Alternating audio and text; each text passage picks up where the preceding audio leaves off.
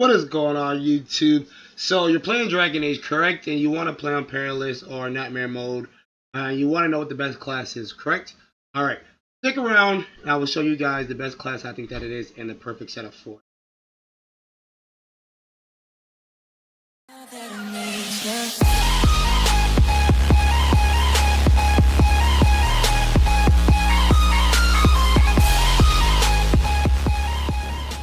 Alright guys, so here we are in the game, Dragon Age multiplayer Inquisition. And like I said, you guys want to check out what is the best class or best character for Dragon Age Inquisition. Now, before I reveal this character, can you guys take a guess? Can you? Do you think that's right?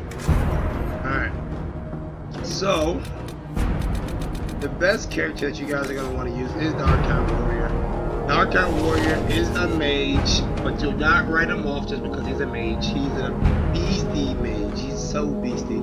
I know he's a mage, but I also classify him as a warrior. So he is like, you know, a warrior basically. So let's get right into it. So the best character you're going to want to use is the Arcane Warrior, obviously. Let's go look at his setup. I do have the Arcane Warrior. Let's see, I have him prestige twice, but I have other characters prestige. You want to promote, I'm saying prestige, I'm sorry, I should say promote, use my terminology here. You want to promote around your Arcane Warrior. So I did promote him twice, but then I left him alone and I started promoting my other characters. So some of these other characters that I played with, I'm not using Templar yet, I'm going to start using them. But these other characters that I have been using, they have been promoted. So we want to promote around it, but let's go look at the skill tree. So I see a lot of people get off of Spirit Blade. You guys want to keep Spirit Blades. Having Spirit Blade on Arcane Warrior is like the bread and butter of the Arcane Warrior. This is what allows you to stay up and close to person in all those fights. If you don't use the Spirit Blade with Arcane Warrior, you're basically just a regular mage. So you definitely want to do that. As you see, this Spirit Blade does 250 damage. Only costs 5 mana. That's per swing, so you can swing quite a few times. You also get a bonus versus guards and barriers. So if you're fighting like the dragons, this does quite a bit of damage to them. Some of the big Templars does quite a bit of damage to them. The Archdemon, those guys who have barrier does quite a bit of damage to them. This is bread and butter. Like I said, I did try promoting this. I promoted this guy twice, and I tried this, and all this does just allows you to increase your charge. So this is actually a charge skill. So you gotta charge up to 99 to get the maximum output damage possible. And what this does, this allows you to do that much faster.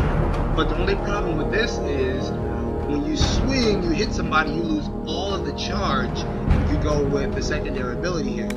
So if you leave it here, if you have 99, you swing at somebody, you may drop down to 70, you swing at somebody else, you may 60, so forth. So not going with this, you do get it a little slower, but you get to keep a higher damage output over time.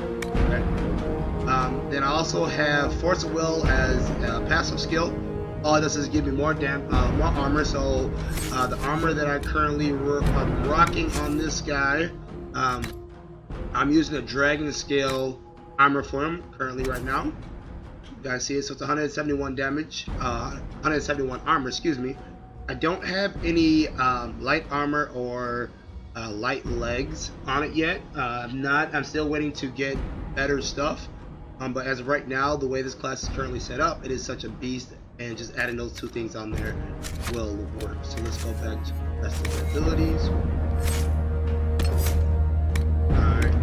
I have this, another passive here, Fade Shield. This is not something that I think will make or break the Arcane Warrior, but unfortunately to get some of these other skills that I do have, you need it. So yeah, I do have it. Alright, so it's 30% of damage dealt. Alright. Here's another passive skill which is extremely important. Gathering Storm. So if you don't go with this setup, you guys want to have Gathering Storm. So it's every basic attack reduces the cooldown of your other skills by 0.5 seconds. So you will notice you'll be engaging a lot of fights, usually when I enter a fight, I hit it with Chain Lightning first, close the gap with a Frost Step, and then come in and finish whoever's left with the Spirit Sword, the Spirit Blade, sorry. And with my basic attacks, I don't use them that often, but if I do need them, this allows like my Chain Lightning to come back or my Stone Fist to come back faster. Does not help, I repeat, does not help your Spirit Blade. It does everything else. So this is something good to have as well. And then I also have here another Composed, another passive skill which gives me +2 on Magic, +5 on Willpower, and +2 on Constitution. When I got this passive, I got it towards the ends, like 17, 18, 19, 20s when I got it. I didn't get it right away. And then the last 2 more skills in this tree. I'm sorry, there's a couple more. Another passive, Mind Over Matter, again, +3 Constitution, but this is just something on the way down to here, which I'll get to in a second.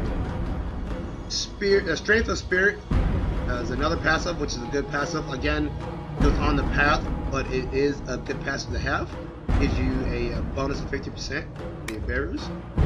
Flash Fire, when I got it, I used it, but did not care that much for it due to the fact that it only hit one person. This here helps it out, but you know, there's +5, 400% damage. Fire for 8 second duration and a cooldown 20 seconds. I didn't like this so much because of how high demanding the cost of mana was, 50 mana. Using this pretty much eliminates using any other skill. And then Conductive Current, which was what I really wanted out of this tree. What that does for you is the more energy that I expend, the more damage my spell does. So basically what that really saying is, the less mana I have, the stronger my attacks are. So you get 5% for every, you get a 5% bonus for every 10% mana missing. And when you promote mages, you get a bigger mana pool. So having a bigger mana pool really helps this out. Okay? So you definitely want to go this route. So this is all I did for this skill tree, the Mentalist. Come right here. You get Spirit Blade unlocked from the beginning. Go ahead and grab Force of Will and just come straight down to Conductive Current. That's all you really want. Everything else is going to be in elemental side. Alright, so Chain Lightning is again unlocked at the beginning, so you don't have to worry about using any points for that. The first active skill of it, you get to attack up to 5 meters, number of 4 hits, and you do 250 damage, and you get shot duration 30 seconds and a cooldown 30 seconds.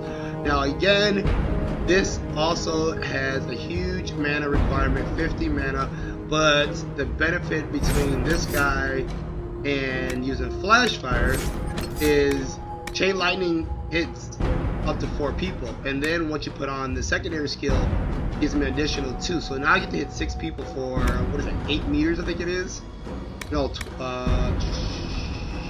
5 meters, 9 meters. So 9 meters get to hit 6 people.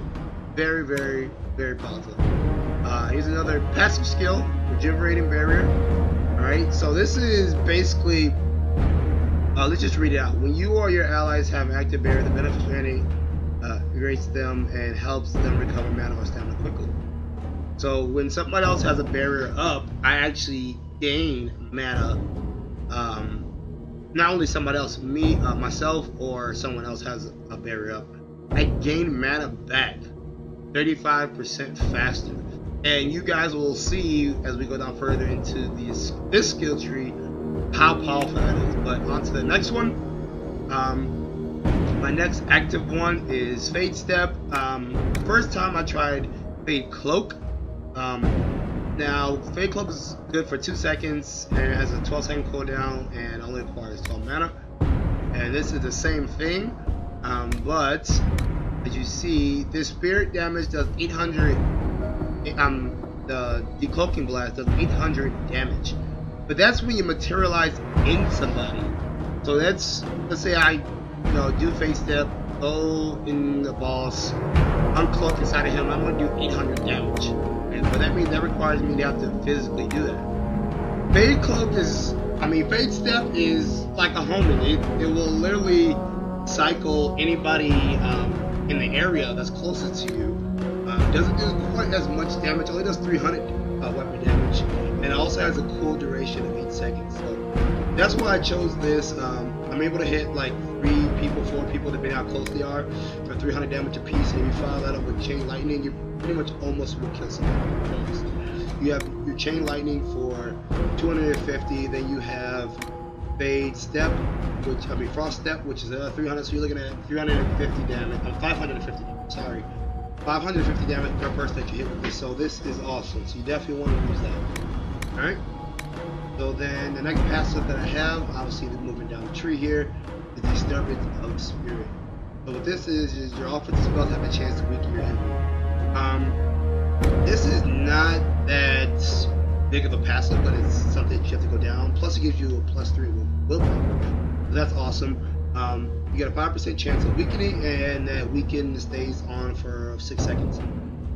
So where this comes in effect is the next 2 passes that I'll show you. Well, next 3 passes that I'll show you, but I'll show you the one I have. The first one I'll show you the one that I don't have. So Smothering Veil, here it is. Weakened enemies have the damage they inflict reduced further.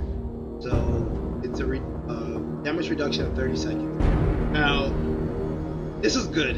Okay, this is good. Plus it gives me another +3 on willpower, but I did not choose this one. I didn't quite care too much about how much damage enemies do to me, due to the fact that the Arcane Warrior can build up his barrier so fast that the amount of damage that somebody does to me is just like, doesn't really matter. So having this is, in my opinion, is a waste of a skill point. But what I did use is this, Twisted Veil. And what Twisted Veil does is basically the opposite of Smothering Veil. I actually do 15% plus damage to weaken enemies. So once I weaken somebody with this, then I hit them with whatever skill I want.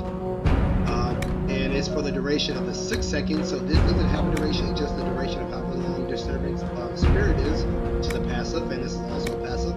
So these will be automatic. Well, once this hits, once it weakens, out of the 5% chance, this will automatically be active for that 6 seconds for whatever skill you use beyond that. So I believe that's very helpful. This is also another one.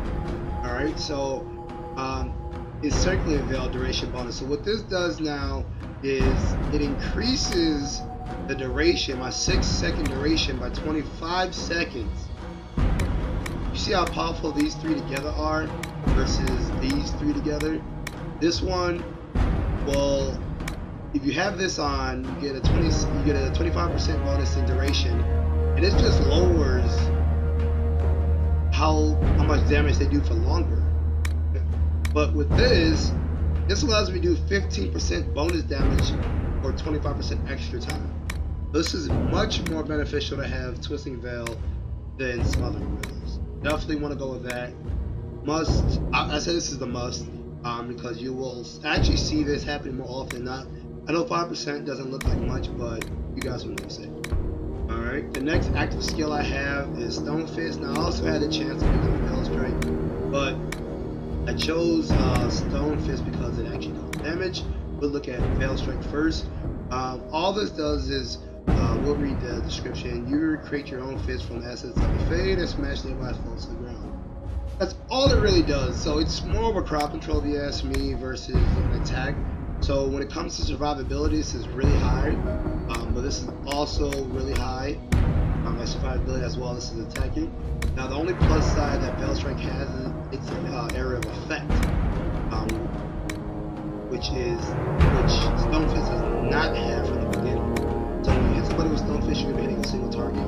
With Veil Strike, you're hitting anybody within a 5-meter radius. It has a fairly medium to high, I would say, cooldown, 24 seconds. And all punching down the secondary skill, all it does is just cooldown time, and it also increases the. So if I were to use this, with this, I get 6 seconds plus a 25% bonus of duration, and then plus another 10 seconds. The weakening will be up for a long time. I chose to go with this instead, Stone Fist, because as you see there, it does 500% weapon damage, cooldown 8 seconds, so it comes back fairly quick, but it does have that huge medical of 50 mana.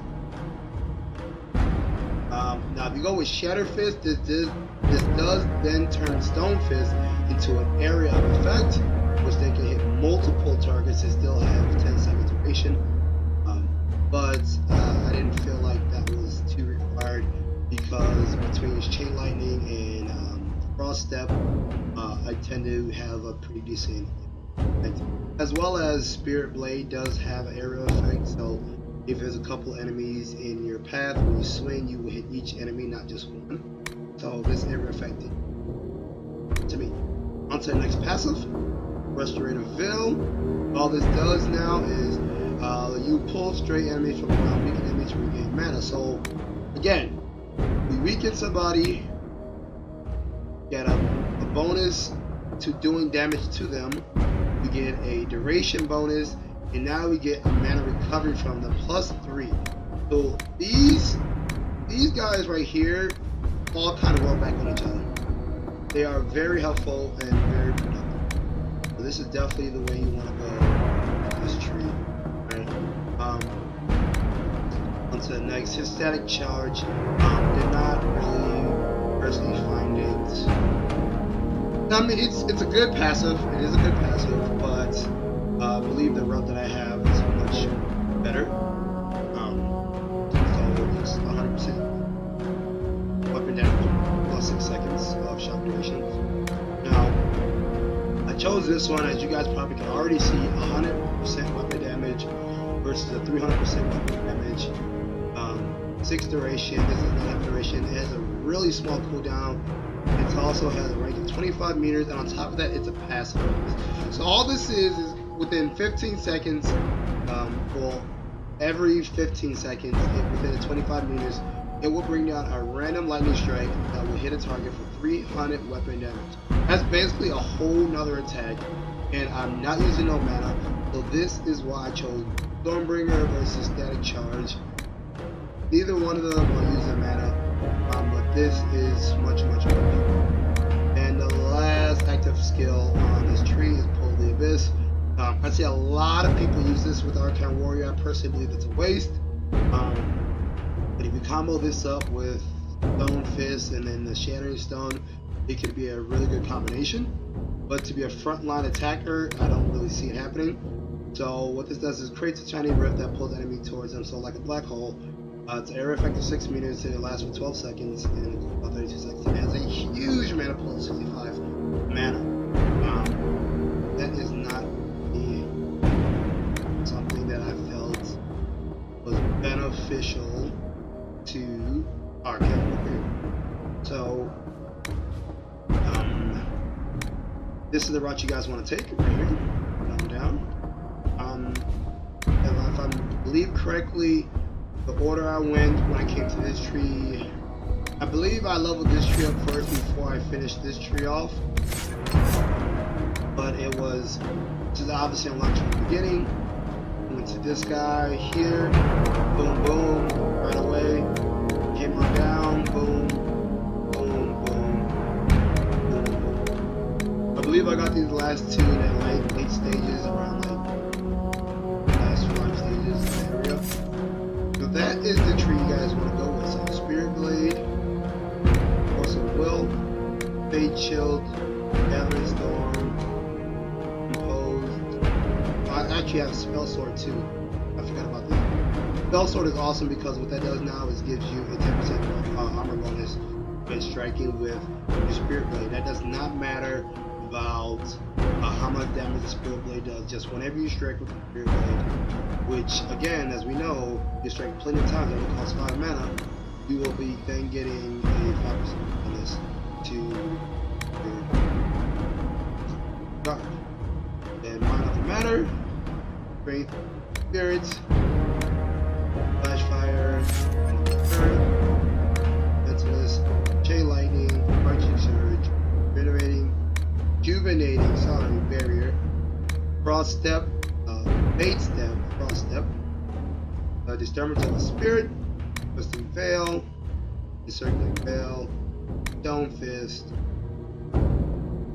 These words, Restore Veil, guys, so and right Central into the game. activity. So I'm gonna have this People know how to game handle themselves. fast forward a little bit for you.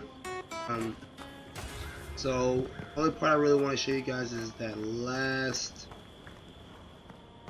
wave fight, wave 5. Did anyone And then try after that that, I will ham show they you had at guys what I have camp equipped, what kind of staff I'm using. Do you mean the ham that was green and fuzzy on the outside? That's my so lightning real quick. Quick kill. Die better than you. Boom. Big guy. As you guys see, you get to keep that guard. That guard is just stays up. The only time you have an issue with the guard is usually when stuck on something. The only time you have trouble with the guard is usually when everybody else is around you is dead. You guys will notice that I'm having Walking Fortress up, and I will explain that to you. It's time to use it. Inquisition! When it comes time to use it.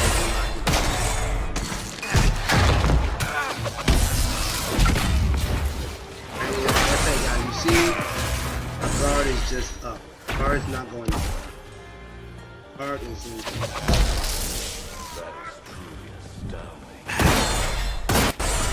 You guys with the shield tend to get the issue, but if you just use that stone fist and then follow up with your blade.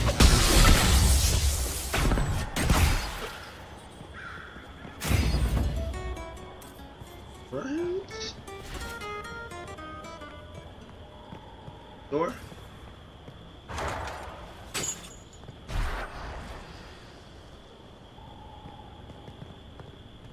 Didn't lose no health. Like I said, my barrier was up pretty much 100% of the time. Fastest way to get that up is use chain lightning. So each person can be covered in gold. And then nice. Who's with me? Fastest way to get this up, guys, is to use your chain lightning, and then follow up chain lightning with your spirit blade, and you're normally pretty low. Everyone over here! And I'm playing on a game mode Perilous. As you guys can see, no issues, you guys. Perfect setup for us. These big guys, there's gonna be no issues with your height. I do have that passive that allows me to do more damage to the shield. I know the game says they don't want to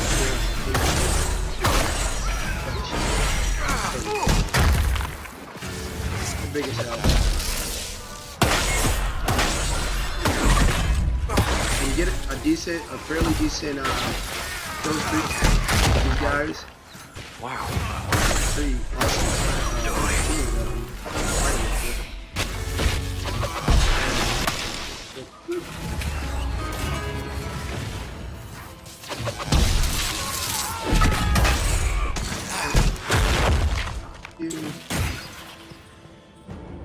And using this guy tend to normally always end up in the top of the leaderboard. This one's called Breaking Barriers. I know these guys probably want to go back and chest. The only downside to having a barrier versus guard, the barrier decays over time. So again, like I said, it helps to be in the front line. That way, you're always attacking and you're always keeping your barriers up. Unlike guard, where it just stays in until it dies out. It's going to be fairly easy. What is also a good thing, you guys Ever see fought I'm a doing wyvern? damage I now. did one. Another good It's thing for good money, too. is the fact that I have on this They are great. staff that has Walking Fortress on it. And that helps me also. So I think it's Walking Fortress has like a 10% chance of After this, Val discharging or activating, and it's good for like 10 seconds. Walking Fortress is about to take absolutely I never thought I'd be allied with a human force. I know the Legionnaire class has Walking Fortress. It's up for 10 seconds, I think it is. I'll be happy if I never see a demon again after this. Passive, You actually sound afraid.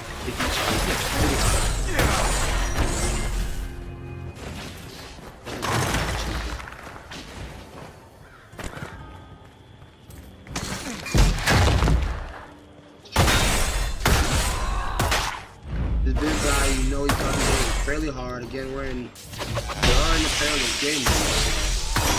So yeah, guard right there when you're doing that. To get that. Oh, I head up. Oh, you did no damage.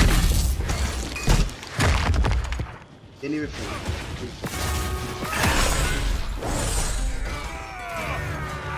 Worked a little. What's that? Awesome.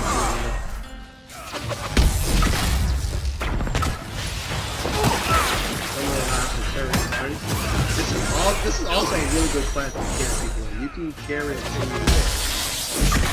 really well. I know another class that's pretty good at doing that. Templar, but they're usually more heavily when fighting against humans, so Templar is still strong. It's just kind of open.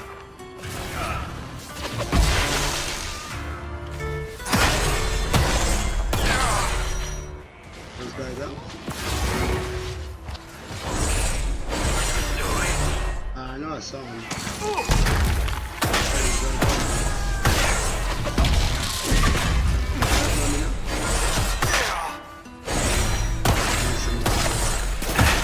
Help here from my guitar player.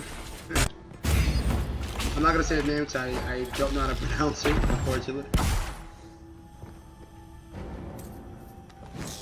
Hope the team's coming. Probably gonna upset them by just opening Being with the Inquisition has opened my eyes to how little I truly understood the world before. Art is all I about think we're on 3 now. Rolling really quick. One of my captains ran into trouble with the enemy. He's a good soldier. I've sent some of our best on the rescue. Over here! Just in time, my friend. You guys see, you guys watch. Every attack that I do that's not my spirit blade charges my spirit. We'll be back soon. Chain lightning actually charges it faster than just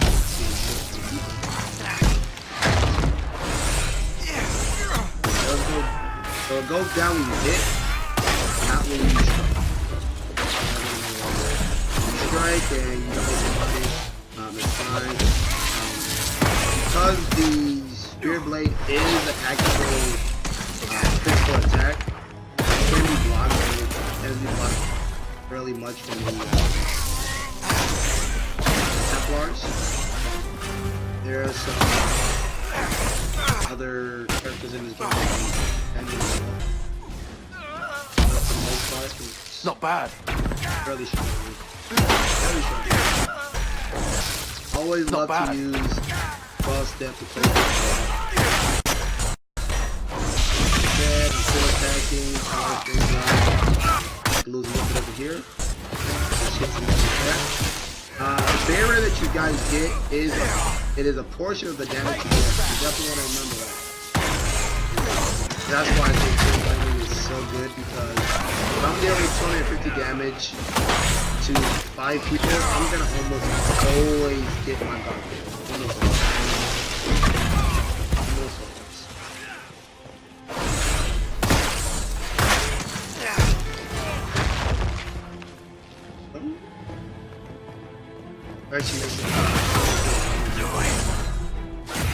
Well, that was thrilling.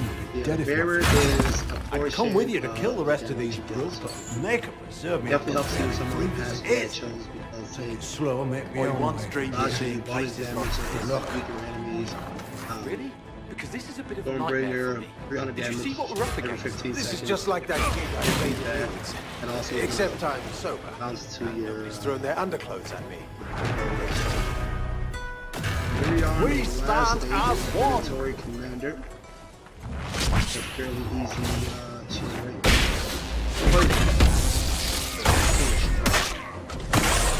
You guys saw that from his base, he just had full guard. Just from chain lightning by itself.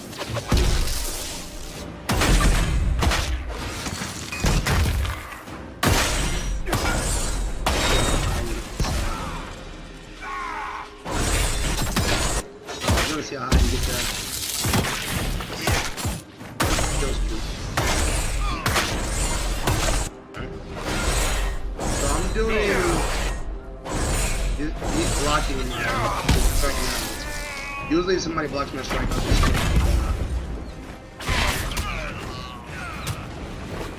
what What's the skill? Hit him with Stone. That's usually what I hit him with.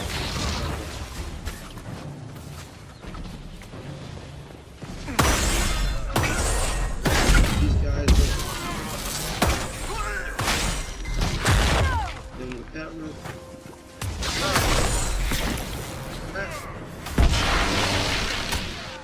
I already got rid of this.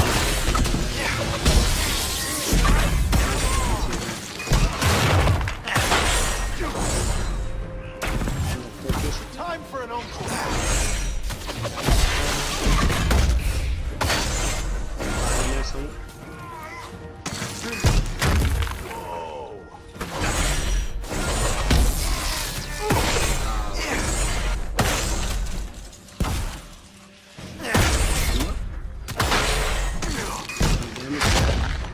So if you allow this, your sword blade to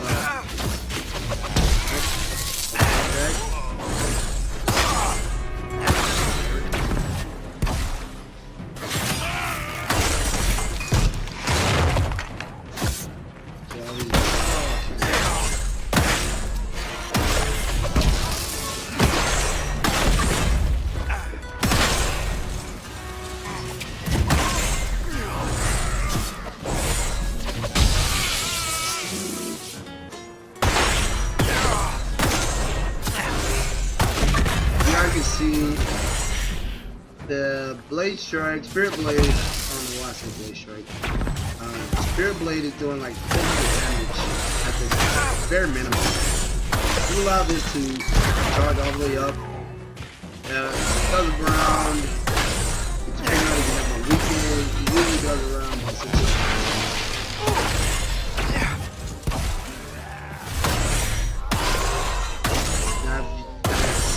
Issue with enemies, and this is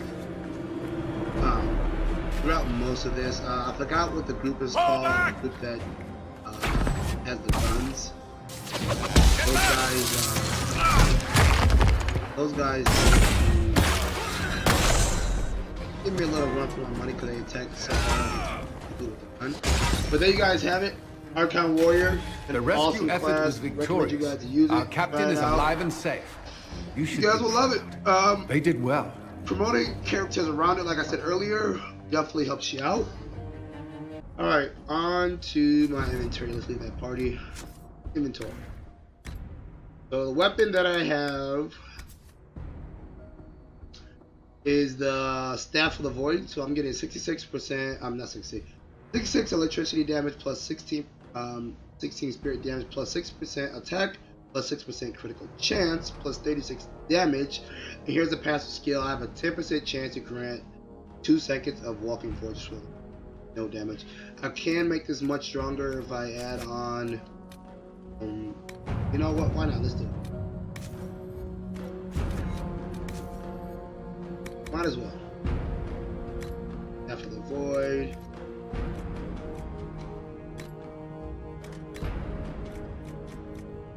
I already have a master skill. Oh, that's actually the best it's gonna get. I have to find another staff. Alright, so that's the weapon.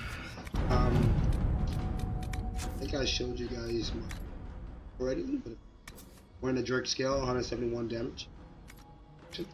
Or 100.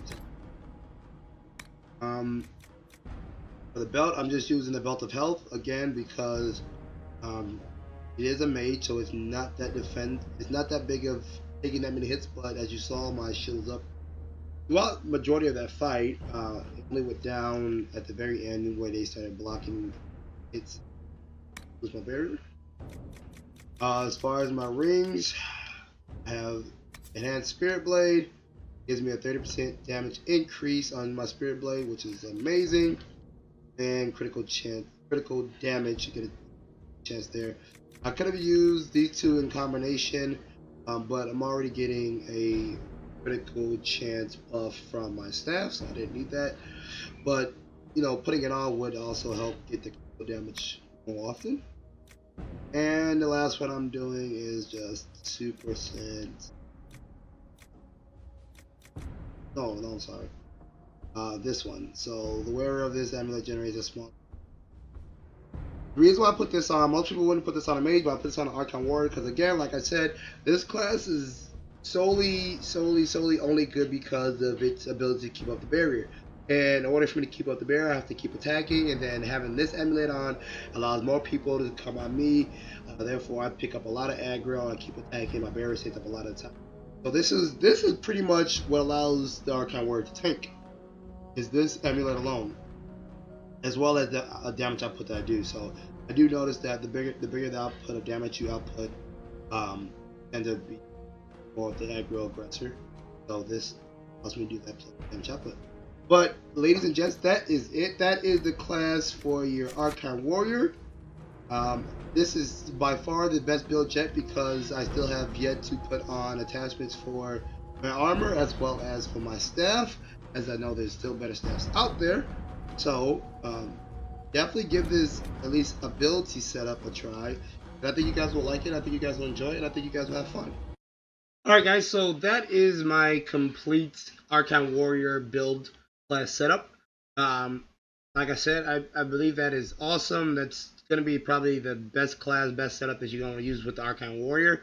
Survivability is amazing, as you guys saw in some of the game footage there, that I was able to keep my barrier up almost 100% of the time. And I really recommend you guys to use that. Definitely, I mean, that was on Perilous game mode. It's just as powerful in Nightmare. It does take a little bit longer to kill just because the enemies do have much higher health, higher damage, much higher barrier. But you will be able to survive no problem. I had an awesome team right there. Hopefully you guys can find an awesome team as well in playing Perilous or Nightmare. But if not, you can pretty much carry the team right on your back with that Arcane warrior. And don't forget, guys, he is a mage, not a warrior, but he plays just like a warrior. I was almost just in the front line just as much as the Katara was in that gameplay. So you guys have fun using the Arcane warrior. Use that class setup, and I guarantee you guys will have no problem finishing those game modes and leveling up really quick. It's your boy Noobin Hard here. Noobin it up, Noobin out. Peace. If you guys want to see more Dragon Age videos as well as class setups, leave a comment in the video, like, favorite, comment, subscribe. You guys can stay updated with me. Peace.